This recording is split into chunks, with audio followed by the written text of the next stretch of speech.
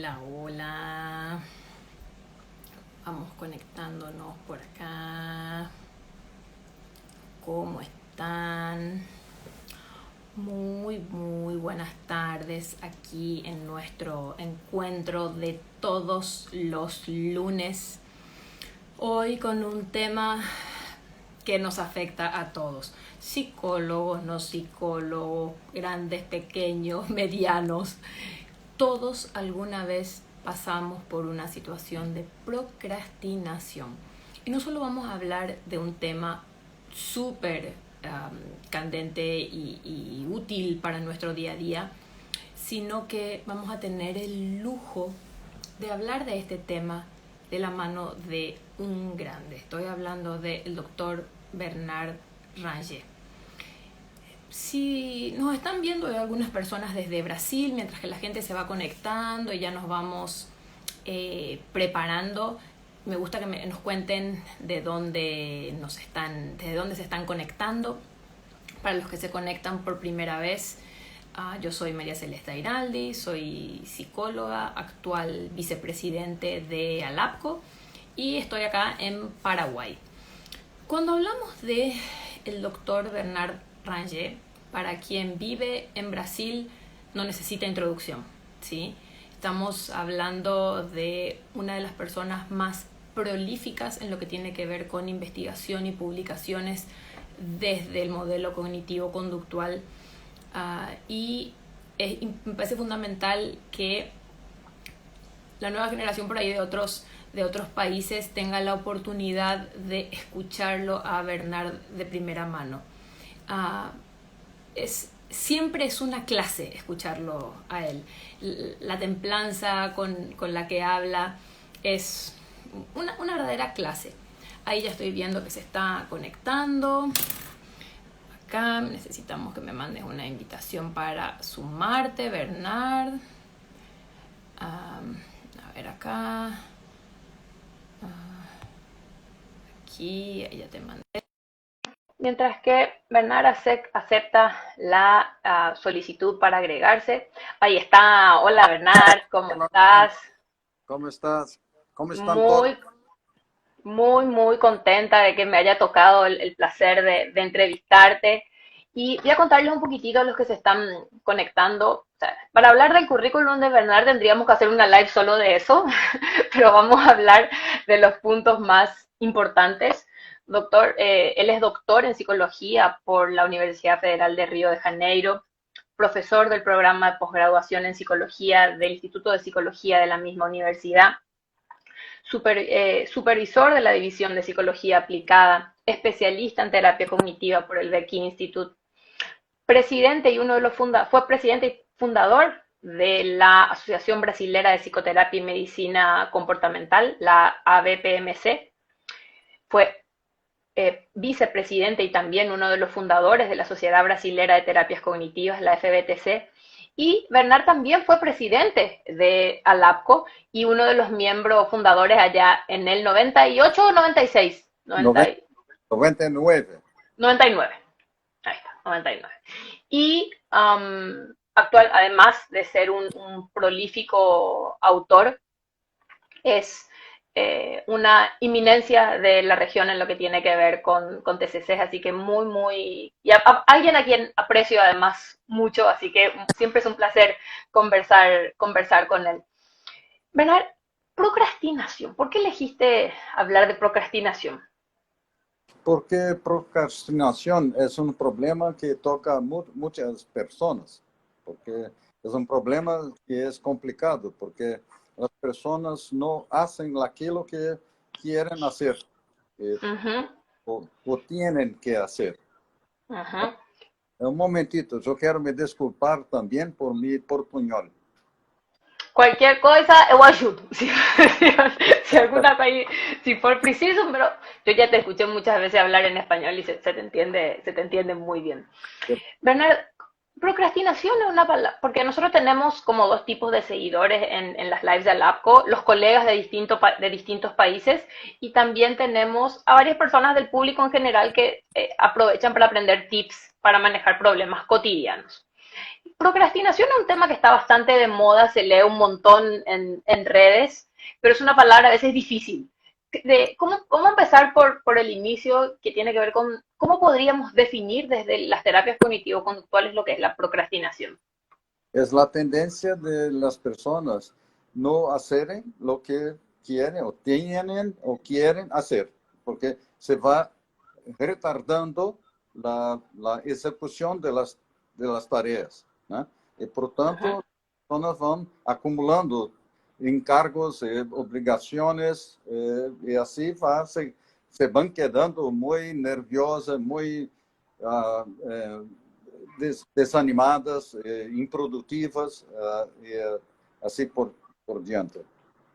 ayer justamente veía en internet como era como un video chistoso que decía, tengo muchas cosas para hacer y eso me estresa y me Sí. estreso porque tengo mucho por hacer y entonces no empiezo nunca y es como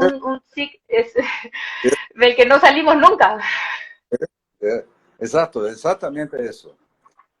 Há muitos motivos para pessoas não fazerem o que têm que fazer, né? Motivos depressivos, motivos de ansiedade, motivos de falta de organização, né? De habilidade de organização, de perfeccionismo. Então, são motivos importantes que podem fazer Ujú. que as pessoas não façam o que têm que fazer. Y creo que sobre todo en este contexto de pandemia, con la cuarentena, que estamos encerrados y con múltiples tareas al mismo tiempo, como que la procrastinación se convirtió en un problema más evidente para todos en nuestras casas. Entonces Assim, me parece que es muy pertinente que hablemos de esto. Entonces, me hablaba un poquitito de los cuadros en los cuales podemos ver procrastinación. Entonces, solo sí. para un comentario en eso que Ujú, tú acabaste de hablar. ujú, Las personas como no tienen, están cerradas en casa, se permiten a no hacer las cosas porque creen que después puedo hacer, ¿no? Porque tienen cosas que prefieren hacer antes y por tanto no hacen las cosas, no tienen disciplina, organización para que hagan las cosas. ujú. Y con esto de que como que estamos en casa y no tenemos por ahí al jefe encima, queda esto como que yo puedo organizar mi tiempo, lo puedo hacer después y Sí, termina siendo un autosabotaje. sí, eso, exactamente eso. Esto de trabajar en casa es una salida, pero requiere mucha disciplina y control emocional para que funcione. Esto, esto. Porque yo cuando, por ejemplo, yo atiendo clientes por la internet, ¿no? Ujú, Pero cuando yo voy a atender, cuando yo estoy en la pandemia, yo no he cambiado mis funciones. horarios.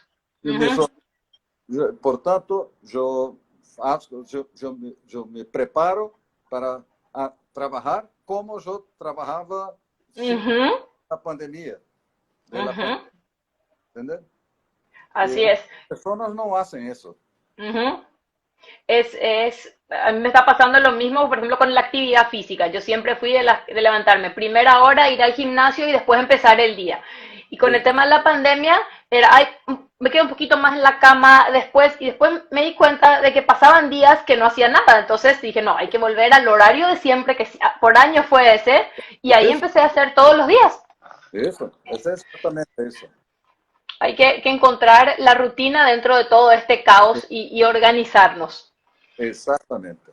Hablabas entonces de los cuadros en los cuales la procrastinación se ve con más frecuencia. Mencionaste ansiedad, mencionaste depresión, Sí, perfeccionismo también. de atención también. Ujú, ok. Eh, Esos son los cuadros más predominantes que producen problemas para las personas se tornarem procrastinadores. Pero entiendo que, o sea, si bien la consecuencia o la evidencia siempre es la procrastinación, la causa es en la depresión es por distintas cosas, en la ansiedad es por distintas motivaciones. Sí, claro. La depresión que una persona puede tener puede ser porque no confía mucho en sí misma, ¿no? Ujú, tanto ela não se retarda a fazer as coisas porque acredita que não vai conseguir fazê-las bem, ou não tem motivação, não tem ânimo para fazê-las. Para a ansiedade é a mesma, porque tem medo de falhar, de não fazer corretamente, são pessoas que podem ser perfeccionistas, portanto, são muito exigentes com su desempeño. Muito frecuentemente tem também dificuldades de organização ou por ter problemas de déficit de atenção. De atención. Perfecto. ¿Cuáles son las causas que podrían generar, o sea, más allá de los cuadros en los cuales lo vemos, cuáles son las causas por las cuales una persona termina procrastinando? De mi punto de vista, es, en primer lugar, la baja autoeficacia. La persona que no acreditan mucho en su capacidad. No tiene mucha confianza, autoconfianza. Perfecto. Por tanto, por no confiar, van postergando, retardando. ¿No? Outra coisa é se uma tarefa é concebida por uma pessoa como sendo uma tarefa mais difícil de ser realizada, mais complicada, mais dolorosa, mais difícil, de esta maneira, pode fazer a tarefa. Né? Portanto, quando a gente pensa numa pessoa que vai fazer uma tarefa agradável, ela vai com muita satisfação, ela vai tomar um sorvete, aquele helado, né, que é gostoso, né? E, como? Helado. Helado. As coisas buenas, ela, tá? Pero as malas não. É um outro fator para que as pessoas podem, né? Outra coisa é esta né? As pessoas que são impulsivas, elas apresentar os comportamentos impulsivos relacionados com a tarefa que necessita e, portanto, ser dirigida para outras coisas, né? Tiene também temas de distrações, quer dizer, se uma pessoa tem distrações, isso pode facilitar que ela não haga aquilo que deseja, né? Que precisa, que necessita fazer. Perfeito. São fatores que favorecem que eles procrastinem, né? Ahí tocaste un tema interesante en el primero de los motivos que dijiste, esto de que obviamente nadie quiere hacer cosas que no le gustan, entonces le damos prioridad a las cosas que sí nos gustan, pero está esta creencia intrínseca muy popular de que solamente tenemos que hacer cosas que nos gustan o que podemos hacer cosas que nos gustan. Hace poco una paciente con depresión, hablando justamente procrastinaba un montón de tareas dentro de la casa, y cuando hablamos de activación conductual me dice, lo que pasa es que yo no puedo hacer ciertas cosas si no estoy feliz. Y le dije, sí podés. No, sí podés. Sí, entonces le empecé a dar un montón de ejemplos de cosas que uno hace en el día a día que lo hace sin estar feliz. Y me dijo, nunca me había dado cuenta de eso. O sea, no se trata de hacer solo lo que a uno le gusta. Es eso. Muchas personas piensan eso exatamente así, que tienen la voluntad de hacer, se sienten bien para hacer. Las cosas que ser hechas se deben hacer con gusto o sin gusto, porque tienen que ser hechas. Hay cosas, o sea, hay cosas que uno en el día a día, tareas de la casa, por ejemplo, yo no conozco una persona en el mundo que lave los platos con placer, pero se lavan. Entonces es una cuestión de aprender que hay tareas y obligaciones que tenemos que cumplir. Acá tenemos una pregunta interesante hablando, en vez de avanzar más, porque tiene mucho que ver con lo que estamos hablando ahora. Voy a subir otra vez. A ver, tenemos Uy, ya mucha participación acá. Tenemos gente de Córdoba, de otros lugares de Argentina, Azul de Argentina, Lima, Buenos Aires, Costa Rica. Qué bueno, Costa Rica por acá. Ah, a ver, estoy buscando la pregunta que teníamos, que justamente hacía referencia al tema acá, al tema de las causas y motivos. Pregunta María Cecilia Flynn, que siempre está presente con nosotros, dice, ¿cuál es la típica creencia por la que las personas tienden a procrastinar? Si es más una creencia o un pensamiento lo que induce a la procrastinación o son las emociones las que nos llevan a procrastinar.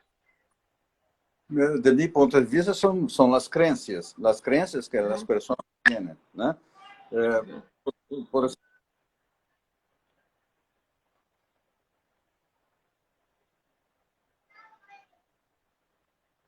también donde no vale a pena hacer. Então, como ela não acredita que vai fazer perfeitamente, ela procrastina.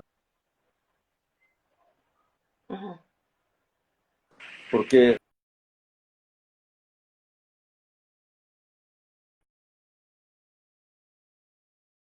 eu não tenho motivação para fazer, então não me sinto com vontade a hora de fazer. Portanto, depois eu vou. Então, são fundamentalmente são crenças relacionadas a falta de ânimo, de desânimo, falta de motivação, né? Crenças relacionadas ao desempenho, que não vai ser tão bueno como a pessoa deseja que seja, ou crenças que as pessoas têm, ou, eventualmente, se uma pessoa tem transtorno de déficit de atenção, com facilidade ela se permite a desviar da tarefa para fazer outra. E assim as coisas vão se apresentando dessa maneira. Pero, em princípio, eu creio que são crenças relacionadas à baixa confiança que a pessoa tem em si própria, ou crenças relacionadas ao prazer ou não da tarefa, né? E também a questão de perfeccionismo, que são aspectos importantes. Esa es una de las que vemos con mucha frecuencia, sobre todo a nivel de trastornos de personalidad, de que o lo hago perfecto o no lo hago, entonces mejor no lo hago porque no lo voy a poder hacer perfecto. Exatamente eso. Sí. Bien, bien. Y ahora entonces ya tenemos una idea de por qué ocurre y ahora viene la pregunta más interesante. ¿Podemos tratar la procrastinación? ¿Qué podemos hacer al respecto, Bernardo? Então, uma vez eu recebi, eu comecei a atender um cliente que tinha que fazer contas, porque ele havia sido um gerente financeiro de uma empresa grande de Brasil, e que a empresa se entrou em falência, né? Não estava mais funcionando, e ela fechou. Pero ele tinha que fazer a contabilidade da empresa, tá? Okay. Ele já estava 3 anos, ou creio, 3 anos, sem fazer a contabilidade. E as pessoas ficavam lhe cobrando. Como assim? Claro. Tienes que fazer. E ele foi com essa questão trouxe essa questão para mim. Eu conversei com ele no primeiro momento, numa segunda sessão também conversei um pouco mais. E na terceira sessão eu perguntei a ele: que pensas fazer? Eu atendia a las jueves, né? E eu perguntei que ele pensava em fazer el sábado, né? Sábado, no sábado. E ele disse: eu pretendo levar minha filha à classe de teatro. Ela estudava teatro. E então eu lhe perguntei assim: por que não começa a estabelecer uma regra para ti? Solo puedo levar minha hija se antes eu acho algo da contabilidade. Um controle dele ou com ele mesmo. Ele quedou assim, surpreso. Tá bem. Ele disse, ok, tá bem. Então, na quinta-feira, el jueves seguinte, na consulta que tuvimos, ele disse, eu lhe perguntei, então, como foi o sábado? El sábado manhã, eu comecei a fazer a contabilidade. Aí, por isso, eu levei minha hija ao teatro, depois voltei e comecei a trabalhar. E comecei el domingo, a segunda, terça, quarta, quinta, lunes, terça, martes, etc. Eu venho trabalhando nessa contabilidade. Isso se chama princípio de Premack. Se botarem na internet, vocês vão ver. Princípio de Premack. P-R-E-M-A-C-K.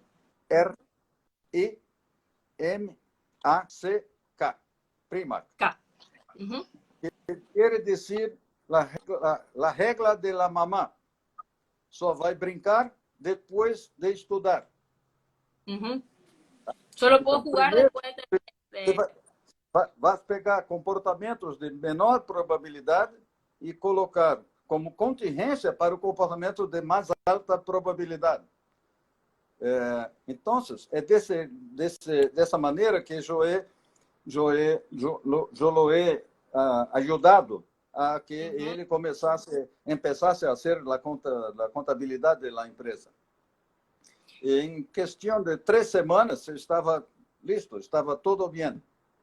Então, o princípio de Premack é forma. Princípio de Premack é uma. Sí, te escucho. Es una forma. Premack, ¿sí? ¿Cómo? No, el principio de Premack es una forma importante de decir, de ayudarse en ese sentido. Personas a hacer cosas. Ahí, en lo que dijiste, hay dos puntos que resalto. Uno, que para algunos pacientes o consultantes, lo difícil es como dar el primer paso. Y porque está esta creencia también de que una vez que empiezo tengo que hacerlo todo. Y no necesariamente, o sea, a veces hay procesos que son largos, como esta contabilidad, que no se van a hacer en un día.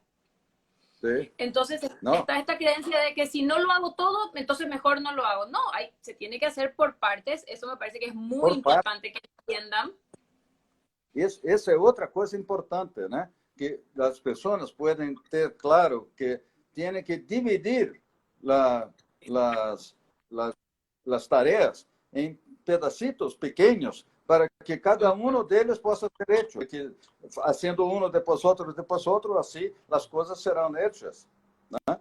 Porque então, si yo escucho... ¿Cómo? Si yo escucho, tengo que hacer la contabilidad de una empresa que quebró, es muchísima información. Pero todo es, o sea, yo no sé nada de contabilidad, pero es paso a paso y ahí cuando uno empieza a establecer esas pequeñas metas, se da cuenta de que es más posible de hacerlo que cuando lo ve como entero. Ok. Eu estive lendo, em parte como preparação de esta apresentação, livro sobre procrastinação de uma brasileira chamada Lilian Soares, eu creio. Né? E ela disse uma coisa que é muito importante. Lao Tse disse o seguinte, né?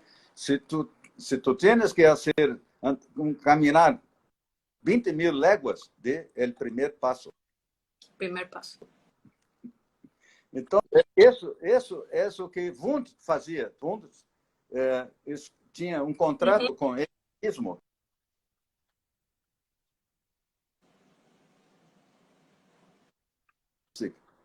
Wilhelm Wundt.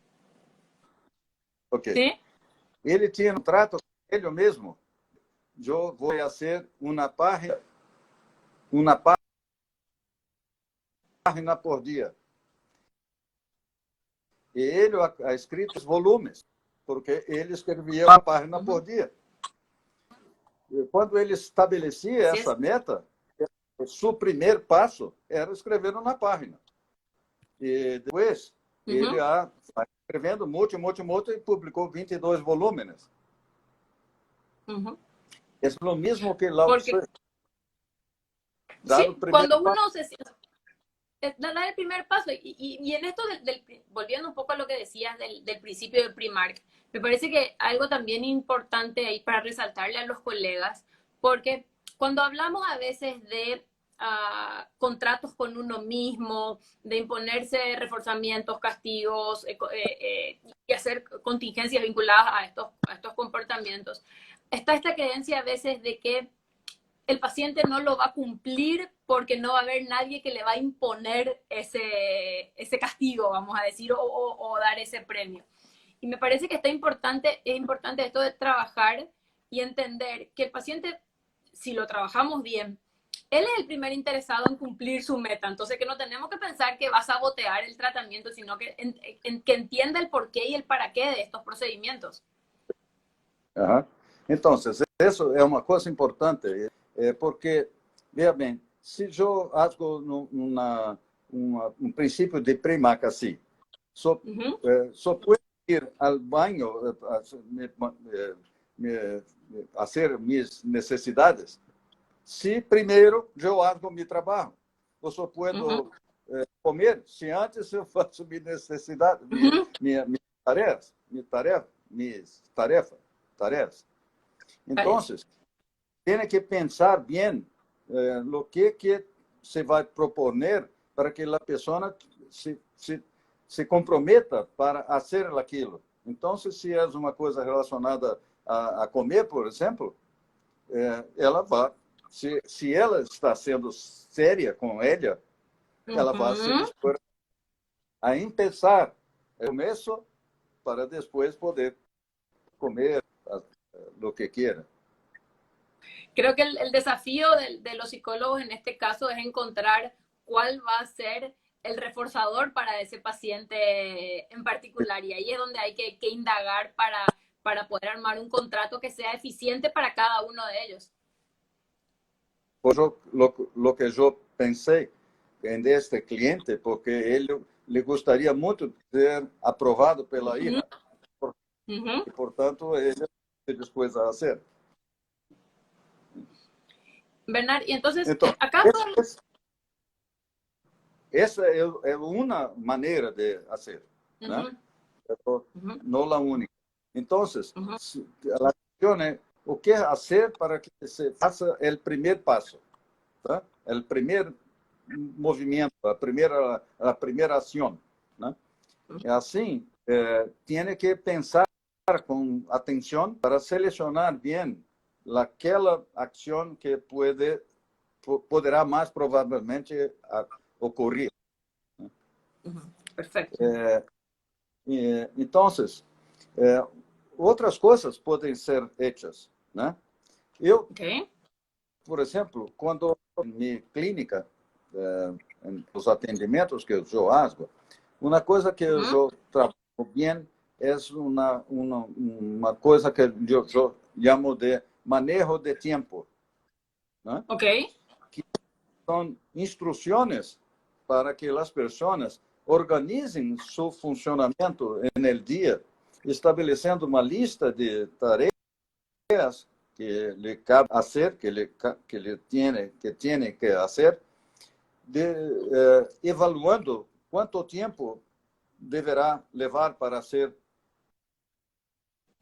cada uma das tarefas e quanto tempo para a locomoção necessária para ser, né? Para que assim as pessoas podem colocar numa tabela de plano de, né? Todas as coisas que elas foram listando para pensar. Depois el jueves, depois como se diz? Viernes. El seguinte, Viernes. Viernes. Me parece que eso está muy Porque, bueno porque nos permite organizar de una forma más visual y porque a veces, por ejemplo, me pasó con una persona que estoy supervisando ahora y que me dice ella que tiene sobrecarga de trabajo y que no está pudiendo atender bien a todos los pacientes. Y cuando hicimos algo similar de, a ver, ¿cuánto tiempo te lleva esta tarea, que tenía múltiples roles? Si ella hiciera las cosas en la no, calidad que tendría que hacerse, le llevaría más de 130 horas por semana, cosa que no existe, sin dormir, sin nada, lo cual demostraba que había una desorganización total en cuanto a tareas, a es, funciones, a roles, y es, hay que empezar por ahí para poder organizar la casa, como decimos, para poder hacer bien algo. es. Uma das coisas que eu trabalho com os clientes, quando trabalho esse manejo de tempo, é exatamente para que eles façam aquilo que eles têm que fazer, não se encarreguem de outros trabalhos, pessoas, ou que aprendam também a delegar para outras pessoas algumas das tarefas que eles pensam que devem fazer. E, portanto, há uma discussão que se hace de colocar na tabela para que eles tenham claro que o que eles têm que fazer, coisas de outras pessoas. Uhum. Quanto a isso, tem uma coisa importante. Nesse livro, você sabes que Eisenhower ha sido o comandante Ok, das tropas aliadas da Segunda Guerra sí, Mundial. E depois ha sido uhum. presidente dos Estados Unidos também. De Estados Unidos. E Uhum. dizem que Eisenhower era uma pessoa muito competente, muito organizada, né? Ok, E que foi ele que introduziu o que se ficou conhecido como o método Eisenhower, que é ok. o que primeiro definir o que é importante. Importante é aquilo que é importante, tá? Mas uma coisa é algo ser importante e outra é algo ser urgente. Urgente. Então, eles primeiro temos que definir o que é importante. E depois dessas coisas que são importantes, quais são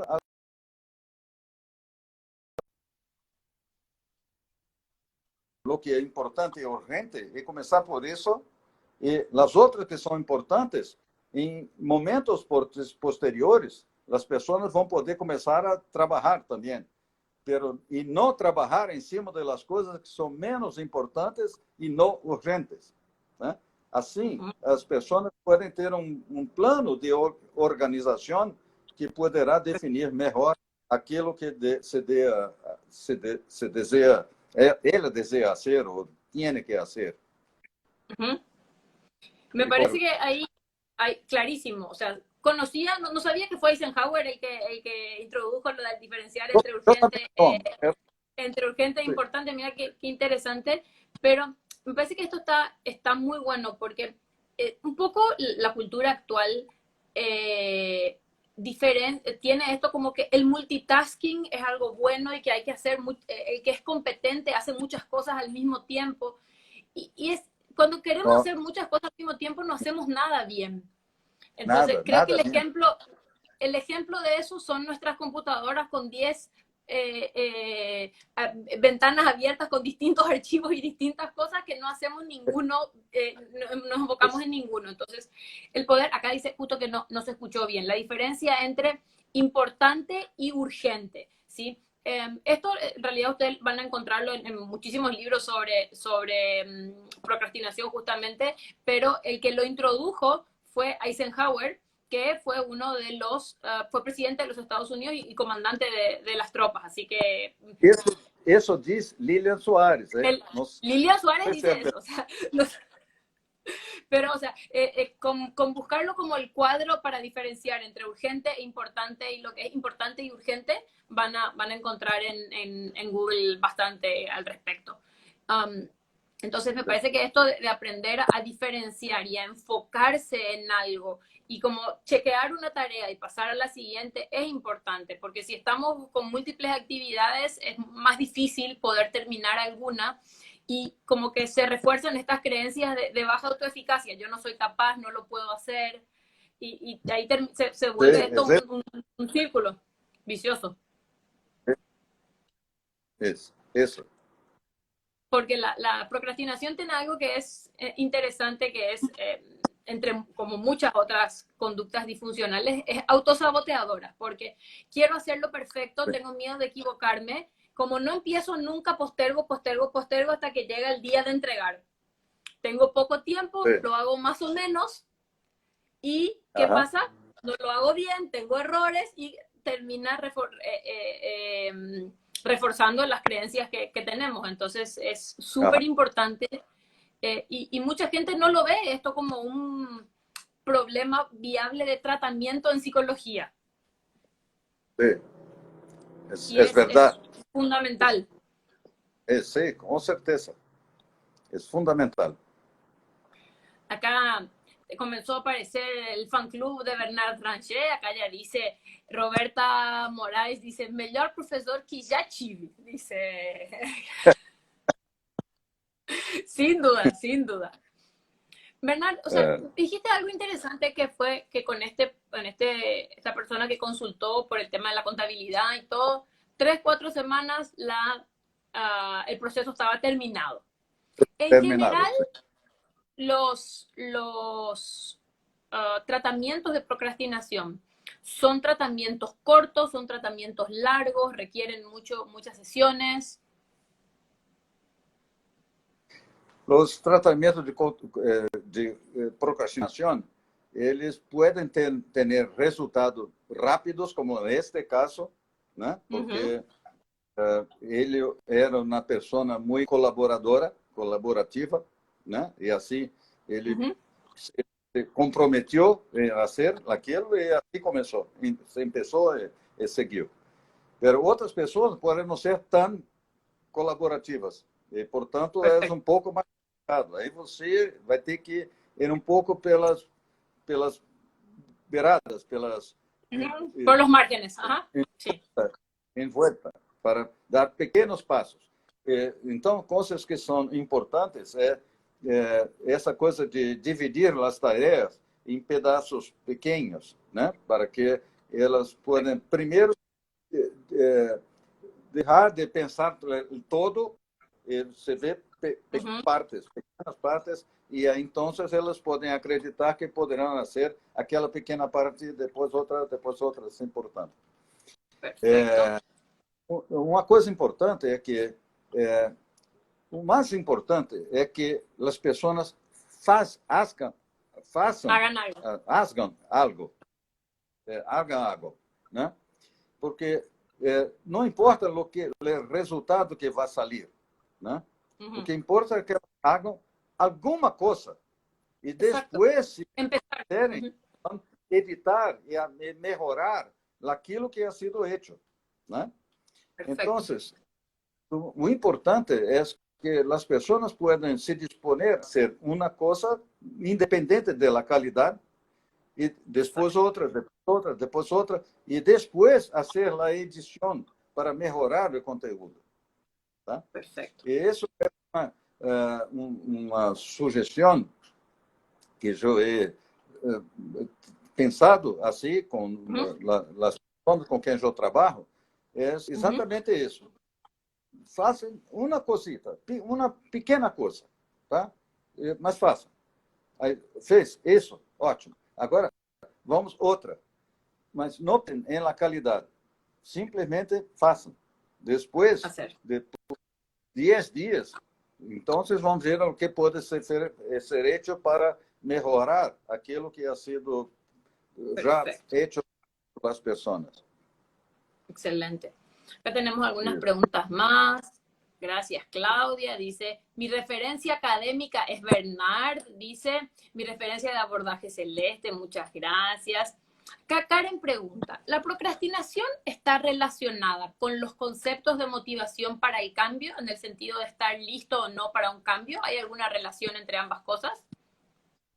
É aquela motivação para a mudança daqueles que estavam com métodos para pessoas com adicções, é isso? Exacto. Ajá. Ok. Eu personalmente não me gusta muito trabalhar com pessoas que tenham problemas de adicções. Eventualmente posso trabalhar um ou outro, mas em geral são pessoas mais complicadas. Me gustam as coisas que produzem resultados mais rápidos. Pessoas com esse tipo de problemas tendem a recair e recomeçar. Não me gusta muito. Há alguma coisa nesse tipo de trabalho, se trabalha muito a ambivalência. Tá? A ambivalência. As pessoas querem mudar, mas não querem mudar. Né? Exacto, a eso se refiere. Essa ambivalência. E, portanto, o problema é você ajudar as pessoas a parte que quer mais mudar, cambiar, e trabalhar com elas as resistências, digamos, que elas têm em suas concepções, suas crenças, né, de que vai ser difícil, não vou conseguir, coisas desse tipo, né, para que isso possa não ser um impedimento. Mas eu penso que para pessoas com problemas de procrastinação, me parece que não é muito isso. São mais crenças que elas têm sobre o próprio desempenho, que elas acreditam que não têm a motivação ou não vão conseguir fazer bem feito e assim por diante. Y hasta, creo que, pensando un poco en lo que estás diciendo, creo que hasta la motivación puede estar, pero sus creencias de baja autoeficacia las impiden de de correr atrás de esa motivación. Mas vamos raciocinar um pouco aqui. Onde você vai achar, encontrar motivação? Assim, você está na rua, na calle, onde está a motivação?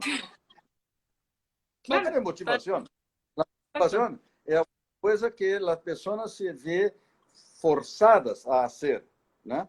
Porque agora vamos pensar, por exemplo, pessoas que têm que fazer atividade física, que tu falaste. Perfeito. Ora, uma pessoa que tem que fazer atividade física, ela provavelmente vai procrastinar. Não quero, não vou gastar, vai ser muito doloroso, vou ficar cansado, isso não vai me fazer bem, enfim, vai ter milhas de afirmações que justificam ela não fazer. Tá? Mas, se uma pessoa começar a fazer atividade física, depois de um tempo que ela começou a ser, ela vai estar se sentindo talvez cansada, mas bem, satisfeita, porque vai estar tendo endorfinas que estão produzindo efeito nela e que podem ajudar a não encerrar o treinamento. Então, a motivação é uma coisa que pode surgir depois de fazer a atividade física. Então, ou você escolhe vou fazer isso, ou então, se você não escolhe, não vai fazer. Então, talvez precisa de uma coisa como o princípio de Premack, por exemplo, ou outras, ou Wundt, ou esses outros métodos para que as pessoas se disponham a fazer alguma coisa. Perfecto. Me parece que con ese ejemplo quedó clarísimo. Acá dice, Pau Cornejo dice, cuando se tienen dos actividades que son prolongadas, es decir, cada una requiere varios días, ¿cómo se puede lograr esto de chequear una tarea antes de ir a la otra? Primeiro, vai que ver qual das duas é mais importante e urgente. E fazer uma hierarquia nessa. Né? E aí, perfeito. Em relação a essas duas, dividir o tempo que você tem proporcionalmente a essas duas tarefas.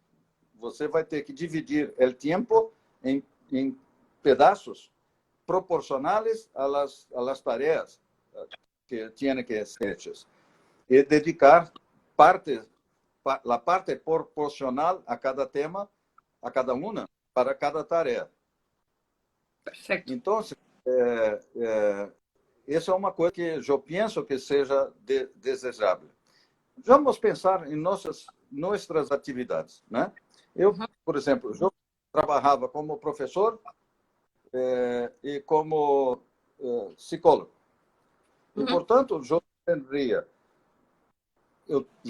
que darlas o supervisión o cosas de ese tipo y tendría que atender a los clientes.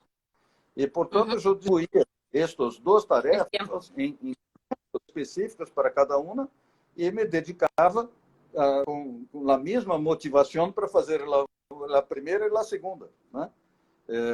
E assim eu consegui fazer essas coisas que todas que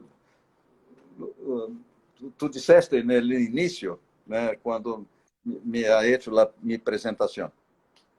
Perfecto, excelente. Acá, bueno, una pregunta que ya respondiste un poco al inicio, pero para refrescar para los que entraron más tarde. Silvia Milisevich pregunta, ¿en qué cuadros psicopatológicos se da más la procrastinación? Así, ya mencionaste un poquito, pero por ahí para los que tomaron después. Ajá.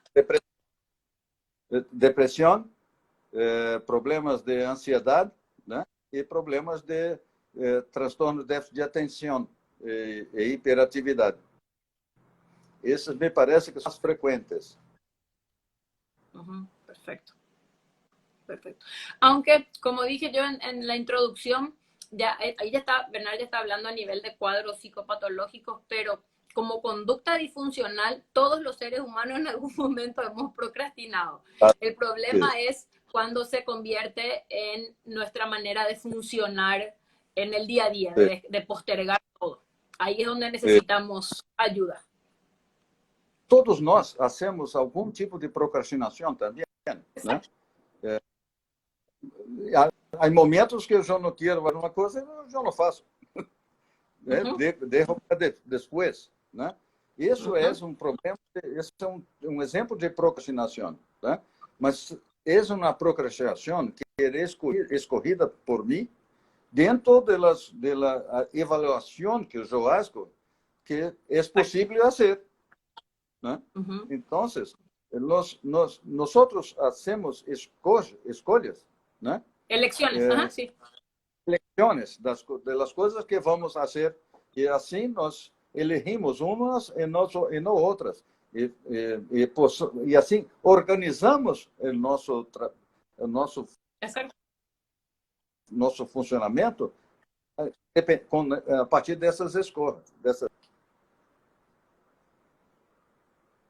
Me parece que esto de organizar el tiempo es algo que nos puede ser muy útil a todos, sabiendo de que también, con esto que dice Bernard ahora, de que a veces elegimos conscientemente procrastinar, ¿sí?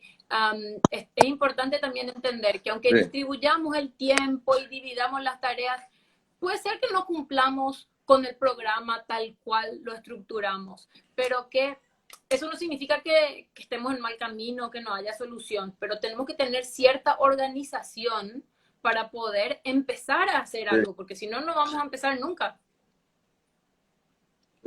E, portanto, esse treinamento de organização me parece que é uma coisa importante com alguns clientes, né? É um treinamento que se deve fazer. Acá preguntan si también se da en los adolescentes la procrastinación. ¿Se da onde? En los adolescentes. Sí, sobretudo. Adolescentes é uma fiesta esto. Porque os adolescentes têm miles de coisas que são atraídos para ser. Más importante. Eles, como são impulsivos, os adolescentes são impulsivos, não? E, portanto, eles se dedicam a ser uma ou outra, assim por diante. E isso é um problema muito sério em adolescentes. Eu não atendo crianças e adolescentes, só adultos. Mas imagino que pessoas que atendem adolescentes terão um problema de mão cheia, de mão plena. Com esse tipo de...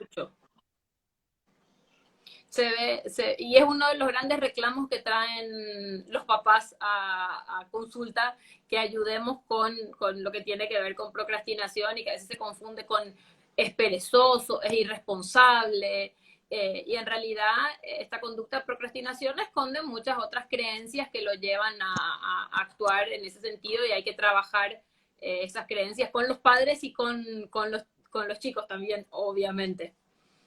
Bernard, Ajá. como siempre, un placer escucharte, una cátedra. Antes que, recuerden que Instagram nosotros nos corta cuando llegamos a la hora, entonces no quiero quedarnos sin despedir bien, sin Ok. agradecer a todos la participación. Veo gente de Perú, de Ecuador, de Brasil, de Argentina, de varios lugares, Costa Rica.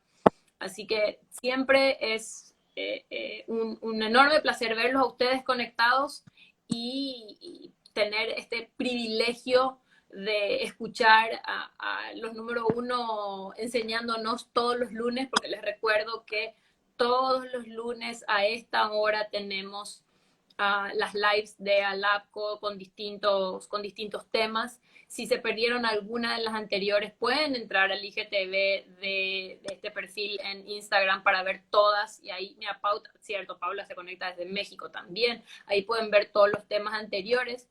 No me quiero ir sin hacerles una última invitación, además de para nuestras lives de los lunes.